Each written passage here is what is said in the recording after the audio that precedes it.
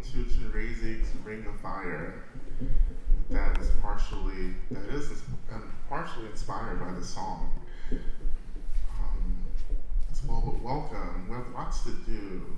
So again, I'm Lama Rod. I know most of you, and meeting some of you for the first time. I haven't seen some of you in a while. Probably Rick, I haven't seen you in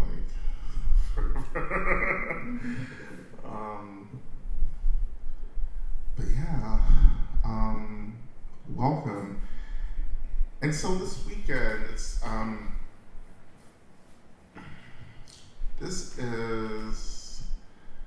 I'll say this up front, and then I want to just start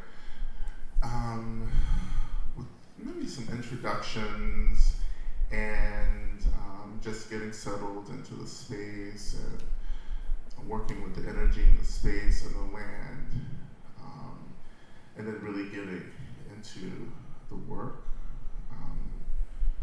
But this practice, Chenrezig's Ring of Fire, actually started it started 20 years ago when I started practicing Chenrezig, the formal practice of Chenrezig in the Tibetan tradition. So Chenrezig was the first practice that I was given, and was the first mantra that I learned, and we'll learn the mantra for Chenrezig.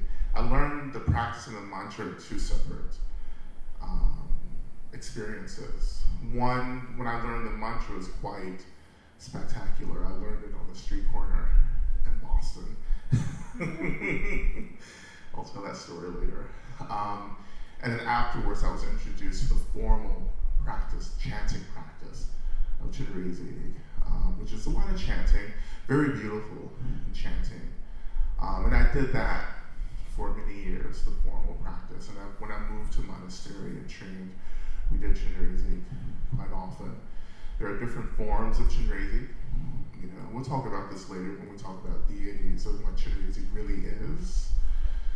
There are multiple forms to every deity in every tradition, that humans practice, right? There's a kind of ambiguity and fluidity that happens where deities from one pantheon are showing up in other pantheons, right? And that's something we don't really talk about, but people who are really deep, in traditions will tell you,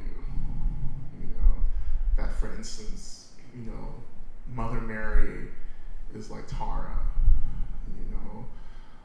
or Anansi, is an expression of Kali, so there's a lot of cross expressions like this, and Chenrezig is no different either. So again, I spent many years practicing the formal practice of Chenrezig, and then different forms of Chenrezig, more advanced forms.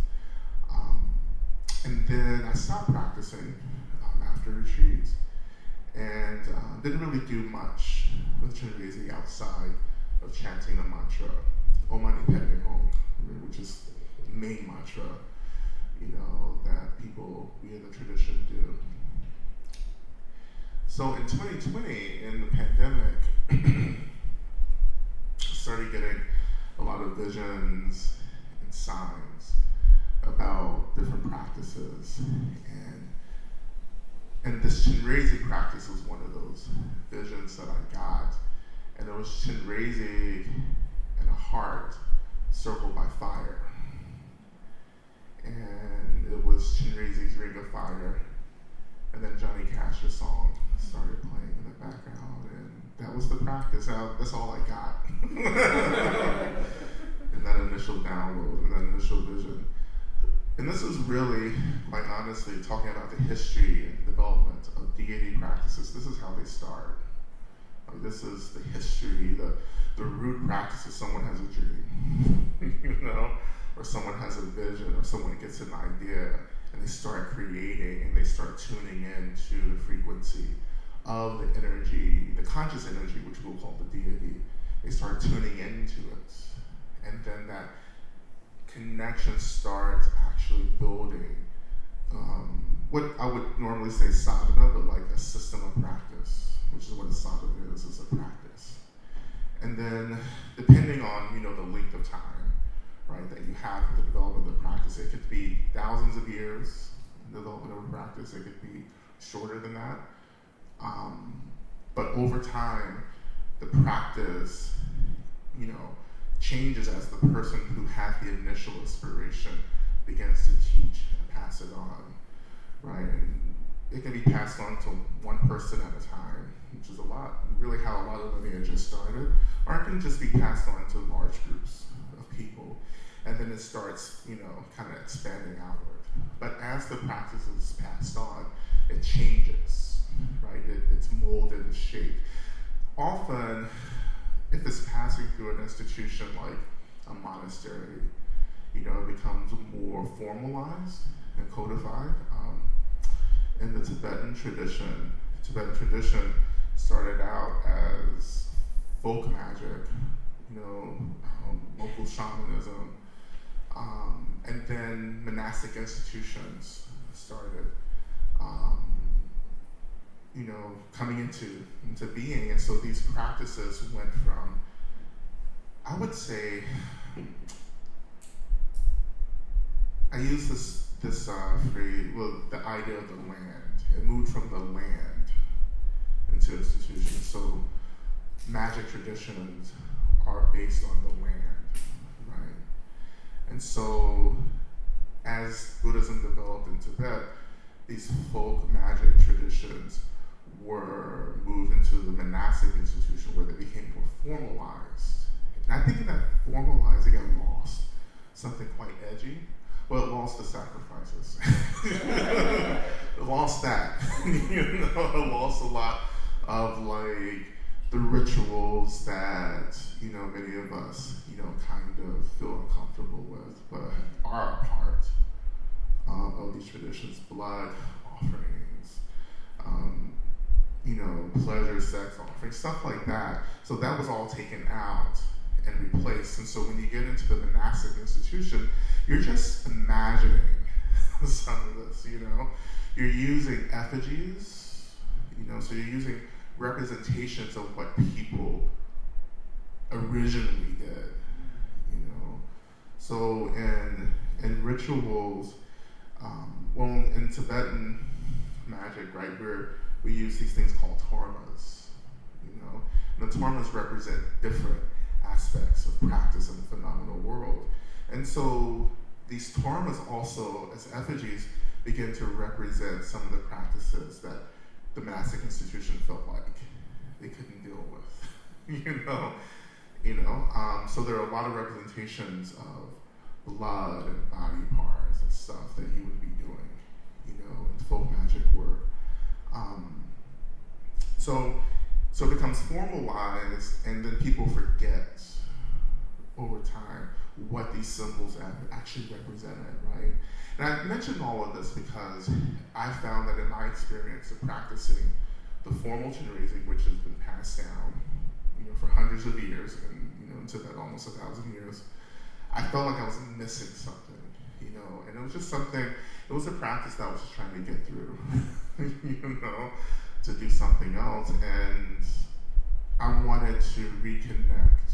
And so much of my practice over the past, definitely 3 years, has been about rethinking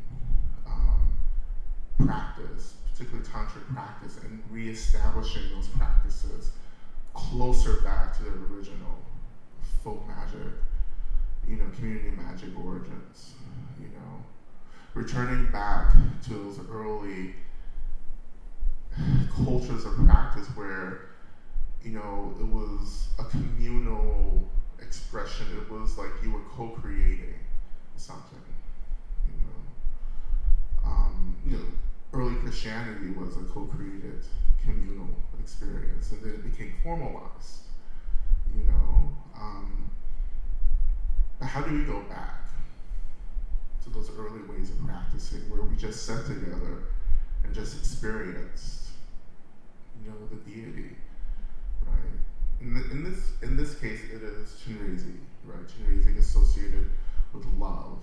If you listen to the talk yesterday, Chenrezig is a anthropomorphic personification. It's a class of deities, that are representations of a certain phenomenon, a certain idea, or a state of being, or an emotion. Right? Chenrezig is technically, I know this is really getting technical, but I'll just put it out there. Chenrezig technically is not a Buddha. Actually, Chenrezig is a high-level bodhisattva. And of course you're saying, what's the difference? It really is a narrow difference. It's such a narrow difference that I don't even think of Chenrezig as a bodhisattva. Oh, this is a Buddha, but technically, the bodhisattva who is almost enlightened, but not quite. But still, on that level of awakening, deities can be quite powerful. But I don't want to move down, get into this so deeply now. So I want us to just kind of get settled into the space. So, please have a seat.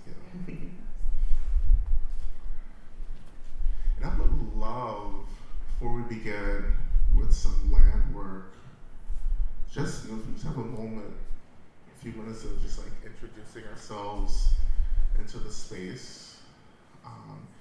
And you can share whatever feels important, and just including name, pronouns, where you're coming from, why you're here, maybe optionally.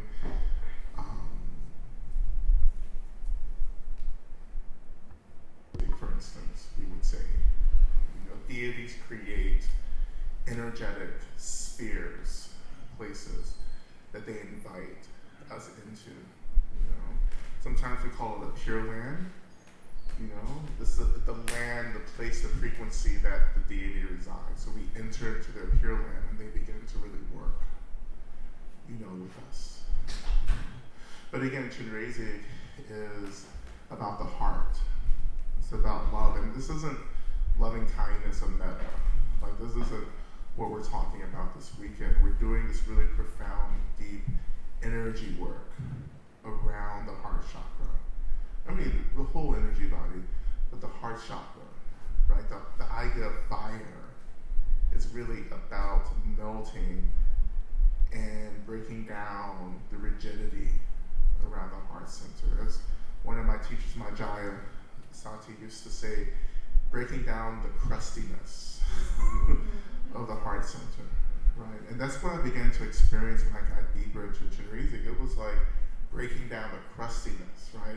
So what I thought love was, it wasn't, and this is the thing that we're going to be confronted with as we move deeper into the practices. It's like, love isn't just this thing that I think that I can just cultivate and feel, love is this really deep, nuanced shift in how I understand myself and my relationship to others.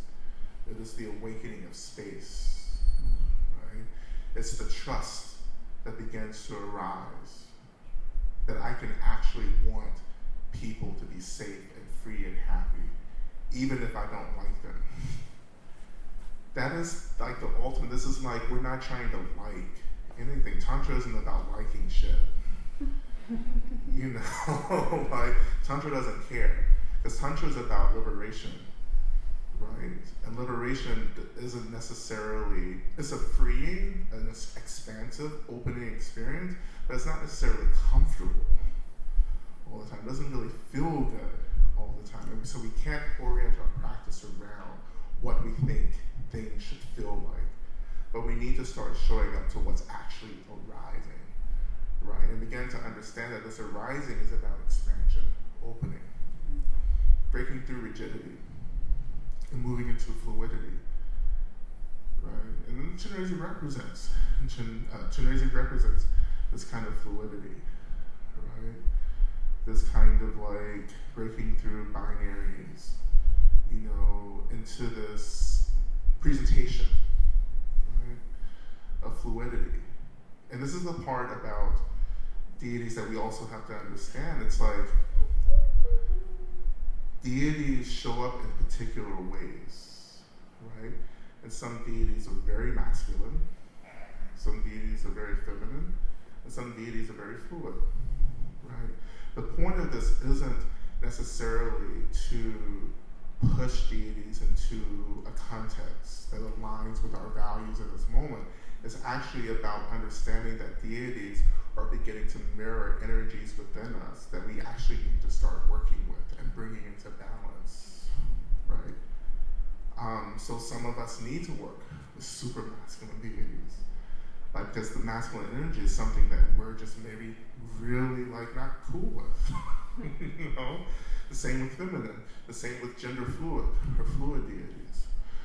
You know, the point of Tantra is balance, not excluding anything, but balance, right? When we talk about the mantra Om Mani Padme Hum, which translates into the jewel in the lotus, which is like a very erotic, you know, connotation, but tantric eroticism is about union, not necessarily about pleasure. You know? So when we talk about Om Mani Padme Hum, we talk about union, we're talking about balance. Like, love only arises in balance, it only arises in wholeness. When everything is held together, that is the arising of love. But when everything's held together, that is the beginning of liberation. You can't get liberated fragmented. Like, you just can't occupy this space over here and say, this is the space I'm going to get liberated from. You have to get liberated from everything, all of this, right? If you just pick one piece, then you're going to have to like do this piece, then you have to do that piece, and you have to do this piece. But instead, coming back and beginning to hold everything. And as you hold everything, you begin to see the nature of everything. You begin to see the essence. That's the vision of the deity, is to see the essence, to be with everything unconditionally. As Lauryn Hill says, everything is everything, right? If you sit Medicine Buddha with me, I know you're tired of me talking about Lauryn Hill or Beyonce. And what was it last week? Everybody. I mean, Whitney Houston. Like, it's just like I have a track list in my head. This weekend it'll be Johnny Cash. The union, bringing everything together, even the things that we can't stand, right? And that's community. How do we create community with people through love? Not necessarily liking people, you know, but loving, wanting people to be free, wanting people to be happy, wanting people to be whole, right? That's the outward expression of love, but the internal experience of love is healing, union, wholeness, right? Beginning to hold the darkness as much as you love to hold the light. You may get some of that. I've been working with darkness and stuff and evil. Like, for the next book, you know, I'm kind of getting into like binaries and dichotomies and abolitionist spiritual frameworks. It's gonna be wild, you know. So you'll get some of that this weekend, you know. But union, together, you know, and that means that we open up to the heartbreak, right? And we allow the expression of Chenrezig to hold the heartbreak, right? Right? And for those of you who've been with me practicing deities for a while, you know that, like, I believe that you let the deity work for you, right? Especially the wisdom deity, which I'll talk about that in a second. The wisdom deity is the expression of emptiness itself, right? So when I ask Chenrezig to hold me, I'm actually trying to submit myself, surrender to being held by the nature of reality, by the nature of things, the essence of everything.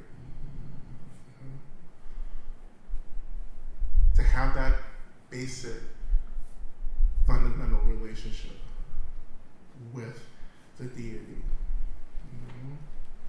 Because Chenrezig, as a wisdom deity, doesn't want anything. Like, wisdom deities aren't ego deities. They're just arising out of emptiness itself, right? So there's a way in which we just allow ourselves to be held. Because really, Chenrezig is just an expression of us. My own most awakened state, which is hard for us to get to, because we're living in a social context where we're being reflected back to us all the shitty stuff. We're not walking through a world being reminded of our goodness and our beauty, and our fabulousness. We get reminded of the ways in which we're not good enough. Right? The deity arises as a mirror, reminding us of those really amazing, transformative, liberatory qualities. They get lost. They get buried. And that's something that, for me, I can start holding on to and say, I am actually awakened already, even though I make silly mistakes, or I can't get this right, and, all this stuff. Like, at the end of the day, I come back and say, but I'm still an expression of this profound love. Even if I don't get reminded of that.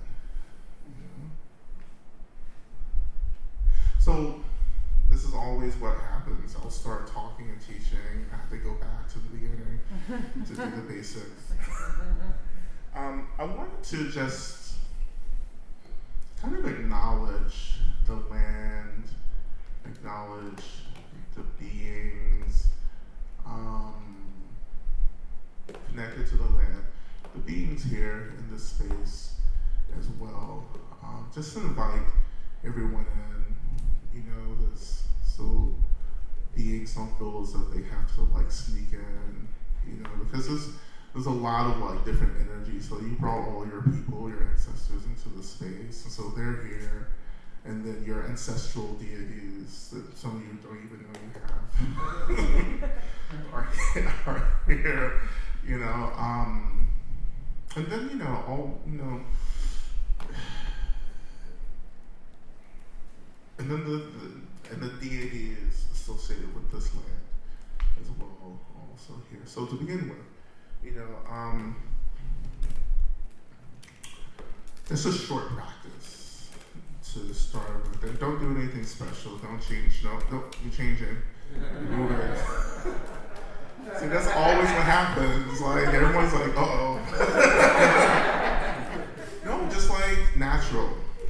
Natural, wherever you are. Whatever position you're in, just stay there.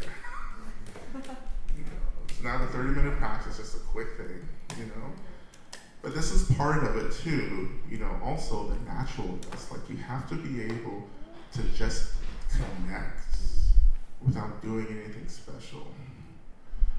You're tuning into the land, or tuning into the energy in the space, or tuning into the deity should be as simple and natural as a shift in thought. That's all you're doing, is a shift in thought. Not necessarily a shift in body. Body is important, right? But shifting my thought. So I invite you just to shift your thinking, your attention to the land. And of course, when you do that, you start tuning into the consciousness of the land, of the earth. And that's all it is.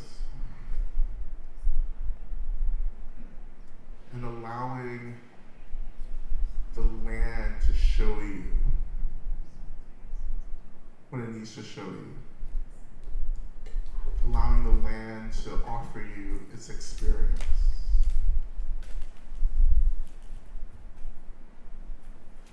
Right, and this could be very abstract and very subtle, which is also natural.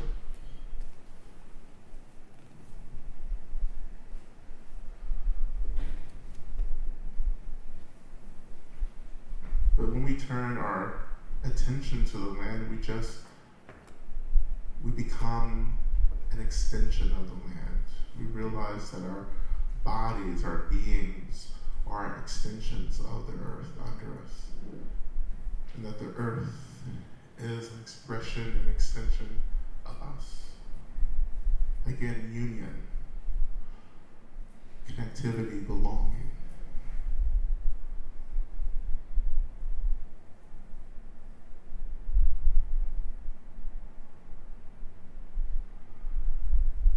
And you can feel sometimes the sadness, the trauma of the land, but we also feel the stability, the foundation, the joy of the land.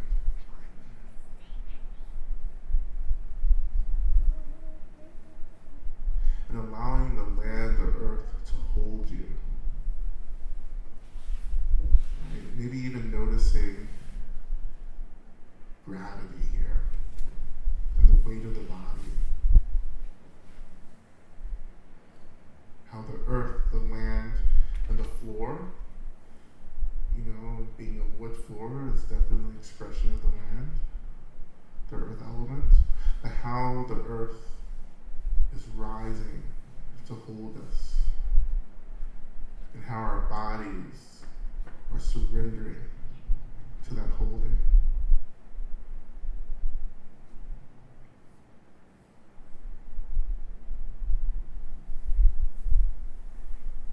And there's no real magic, and particularly liberatory magic, without this.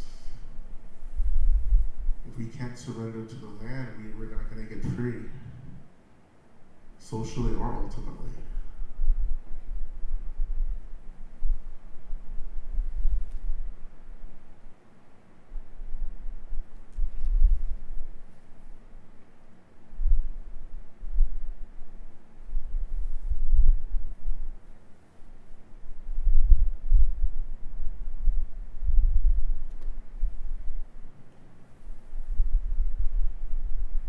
And I invite you to offer gratitude to the land,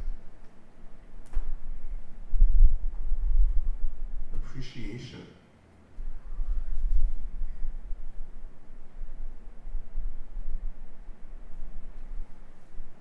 We thank the land for essentially being our mothers,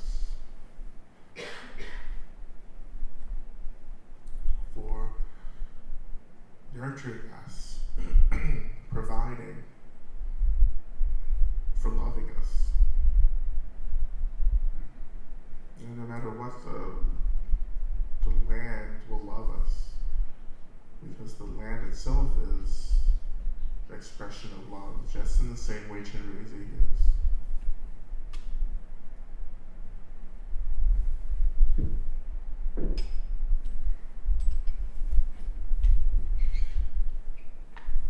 And so we invite the land, the earth, to be present, and all the beings connected to this land. The guardians, the caretakers,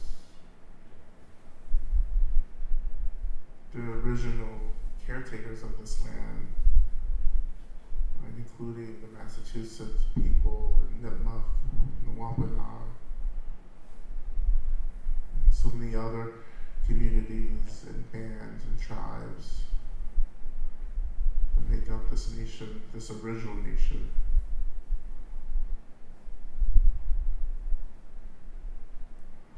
And we remember them, and we recognize that there can be no practice, no transformation in this space without their blessing. So we ask their blessings.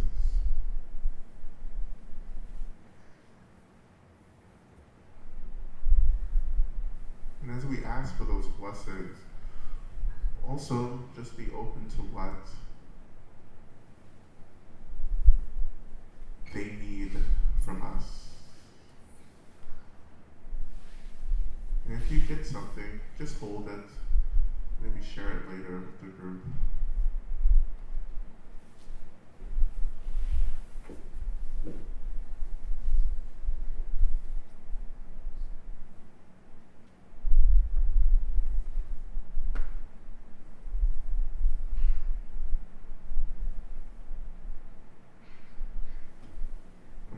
invite the beings of this space, those who want to take part in these teachings and these practices, we welcome you. And if you're not interested, we ask you to give us space and not to disrupt the work being done here.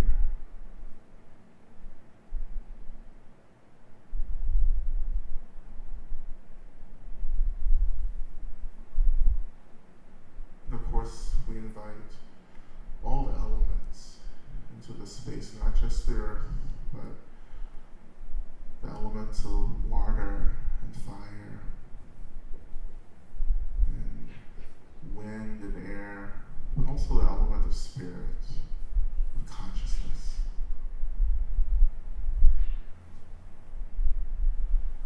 And we will be asking the elements in a bit to help us as we approach the profound consciousness of Chenrezig.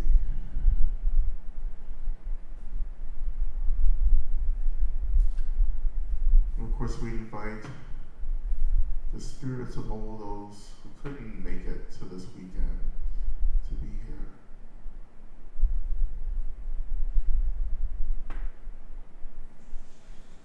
And we share the blessings of what we do with those people and to all beings, really.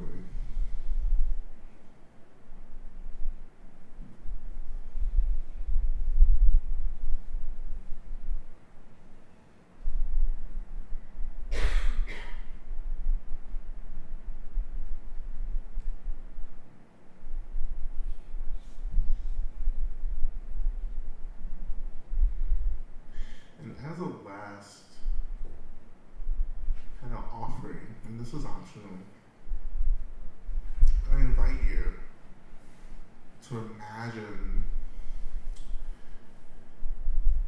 that you begin to offer just spontaneously, magically,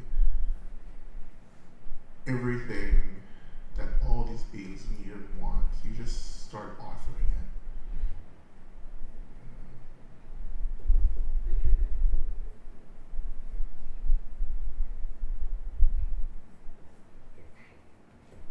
If it's peace or whatever it may be, just offer peace. It doesn't have to be super tangible, just I offer peace. And may my body and my mind become an offering of peace for all the beings connected to me in this space.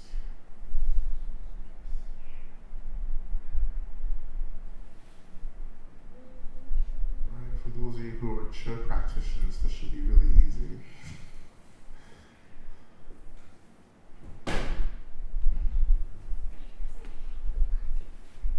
Just one more moment, a couple more moments, just one final offering to really begin to hold the space.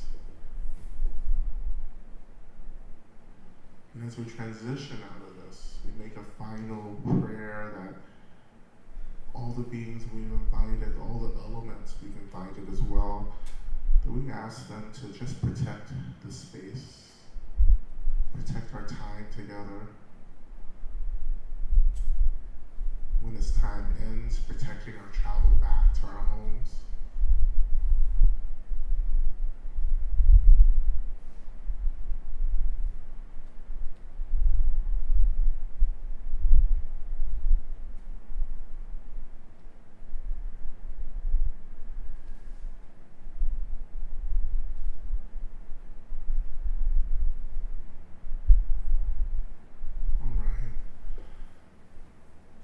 So beginning to transition out of the practice,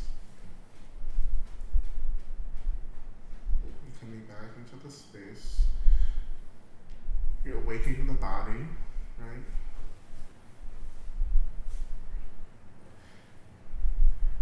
And should we take a short break? Take a short 5-minute break.